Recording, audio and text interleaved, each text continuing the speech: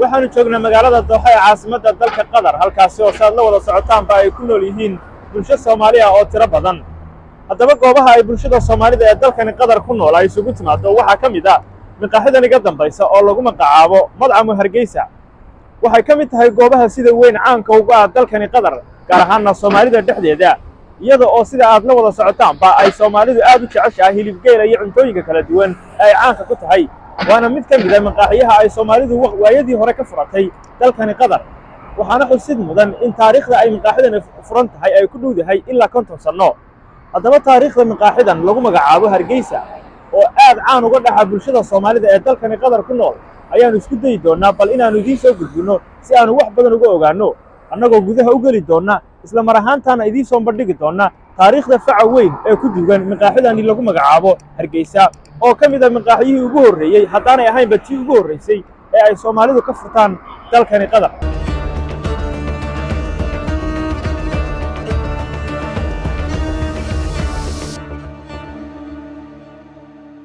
وهاجاك داوديال waxaan joognaa hotelka Hargeysa oo ah madcam ay Soomaalidu aad wax uga cunto oo ku yaala magaalada Dooxa ee dalkani Qatar.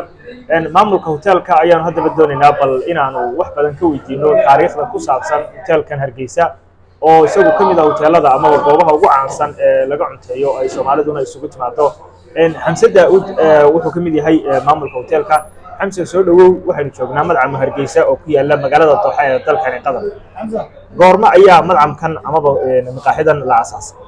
maqaaxidan horta marka hore Khaalid waan soo dhaweynayaa dhammaan ummadda Soomaaliyeed markii joogtana waan salaamayaa. waxa weeye hotelkani wuxuu jiray 50 sano waana hoteelada magaalada yani hoteelka ugu weyn intaas oo sanadood jiray. waa hotel aad iyo aad loo yaqaano oo magaalada aad looga yaqaano iyo dadka dibadda aad ay yaqaanaan. وانا هودلكي دين كو هاي إنك مجالدا هودلك لمبر 1 كا مجالدا هايستوي إنكستو هودلك نو جو لكن هودلك هو هودلكي ugu horeeyay waxaana asaasay Nuur Yuusuf asaasay oo ku magac dheer Xadig yahay naxariisna ka warhaye inkaas asaasay marka imka anagu qowlada maamulka cusub waxaan haysanay 2 sanadood hودلكani si wanaagsan buu socdaa. cuntooyin fara badan oo cuntooyinkii Soomaalida iyo cuntooyinka Carabta oo aad loo jecel yahay oo ka mid ah balka harkeega beerka suqaarka isteega iyo haafeenada iyo cuntooyin fara badan oo aad iyo aad oo wanaagsan oo dadku jecel yihiin ayaa Khaalid hotelka lagu sameeyaa. aad mu hotelka ma sha Allah meel fiican ayuu marayaa waanu wanaagsan yahay. bal ka waran hotelka sida Soomaalidu ay ugu xidhan tahay iyo cuntooyinka aad sheegtay sida ay u jecel yihiin Soomaalidu hotelkan aad iyo aad bay jecel yihiin. ninka Allah yarxamee Xidig ninkaan aad buu qadariyaan waana nin cuntiis ay jecel yihiin oo Ilaahay naxariistay nin aad loo jeclaa oo Soomaalidu xoog u jeceshahay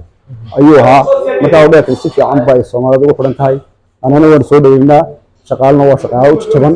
cuntada iyo si ay dadku soo dhaweyn lahayn. waxaa jirta Soomaalidu ganacsiga marka la eego marka meelaha bulshooyinka Soomaalida ay jiraan ganacsiyo kala duwan bay sameeyaan. waxaad nooga sheegi kartaa ganacsiyada kale ee Soomaalidu ay sameysay amaba goobaha laga cunteeyo haday tahay iyo waliba ganacsiyada kale meelo kale way jiraan midda waxa magaalada ku leeyahay hoteelo kale waaweyn mid ku leeyahay oo ilaa caafimaad inka xunsanaya laga aftaxdan uu leeyahay ayaa ka mid ah hotel kale oo Soomaaliyeed ayaa isaguna jira oo ganacsiga ma sha Allah inkastoo dhawaan la furay isna shaqeynaya business kale oo gaadiidka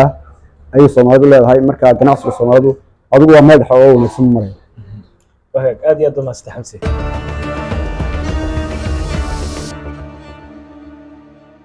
وهاجاك داوديال ولي waxaan joognaa Madcamu Hargeysa oo ka mid ah dabcan hoteelada ama goobaha ay Soomaalidu isugu timaado ee aad ka caanka uga dhaxa Soomaalida dhexdeeda dalkani Qatar. ya salaam isaga laftirkiisu hoteelkan buu caan ka dhaxyahay oo waa dadka ka shaqeeya isla marhaatana maamulkiisana ka mid ah. bal muddo dheer baad joogtay ma malaynayaa nooga waran muddadii aad joogtay iyo shaqadan intii aad haysay. horta Khaalid aad baan ku salaamayaa.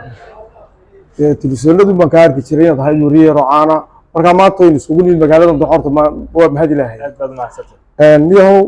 dhowr goor hore wariyaashu waxay igu yiraahdeen in bisaad joogtay 3 misaad adiga waa kuu sheegi laakiin 3 misaad waan ka xanaaqaa. in bisaad joogtay iyo in bisaad jirtay iyo in bisaad haysaa saddexdaa misaad ma jecli. waxaan joogay 26 sano baan joogay hotelka marka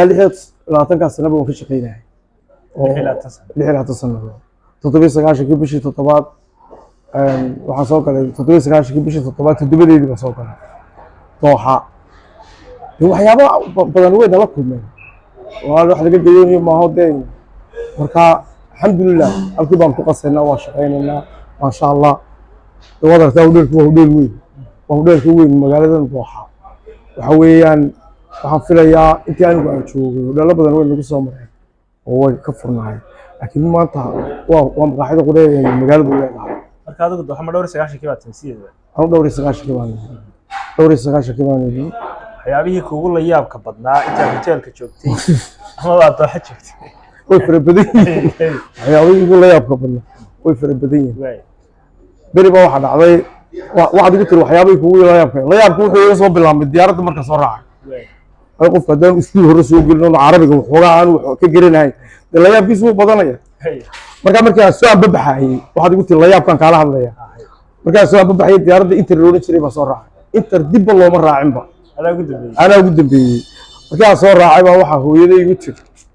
hooyo albaabada risqan ku furay oo ilaahay ku weydiiyay inta waxaan ka soo galay madaarkan Dooxa albaab weyn baa isfuro waxaan is wallahi albaabku hooyo ku tiri risqa taadi waalid markaa way badnaayeen af carabiga caqabado badan nagala kulmeen ingiriisida hadalkeeda badan tan ciyaaraha way imanayaan soo waran carabiga iyo kala saad ula tacaash wallahi carabiga in badan ma la rafanay laakiin ma sha Allah inuu ku hadlo Soomaalida maxaad fariin u diraysaa maadaama nin odayaad tahay oo aad looga garanayo Dooxa laftarkeeda dadkana soo dhaweeyo dabcan oo bulsho badan ay halkan ku xidhantay wallahi Soomaalida waxaan leenahay soo dhawaada magaca Hargeysa oo dadku badidoodu dadka waaweyn oo dhan way yaqaanaan dhalinyarada jiilkan dambe ka ahay in baad uun maqlo magaca Hargeysa waxaan leenahay ku soo dhawaada ashooyinkii oo kala kaana casr loo dal la soconon hawlo badan baa markaan ku kordhinay dalka ugu yaraan 18 cashaan ku iibinaa oo 10 Soomaalidu kala 10 kala baa 18 ku iibinaa 8 Soomaalidu kala 10 kala baa Carabiya channelka u sameynaa waxa ka mid ah hilibgeedka 3 nooca kalluunka 3 nooca digaagiyo 3 nooca iyo qudradii faraha badnayd ee baamiyihii muluqiyay cad istifaasiyay bishakalkii isku daraayay hilibgeedkii waan haynaa way waxaad iga warantaa hilibgeelan xagga ka keentaa ma geeli dalkii baad halkan keensanteen mise geel kale oo aad keentaan baa jira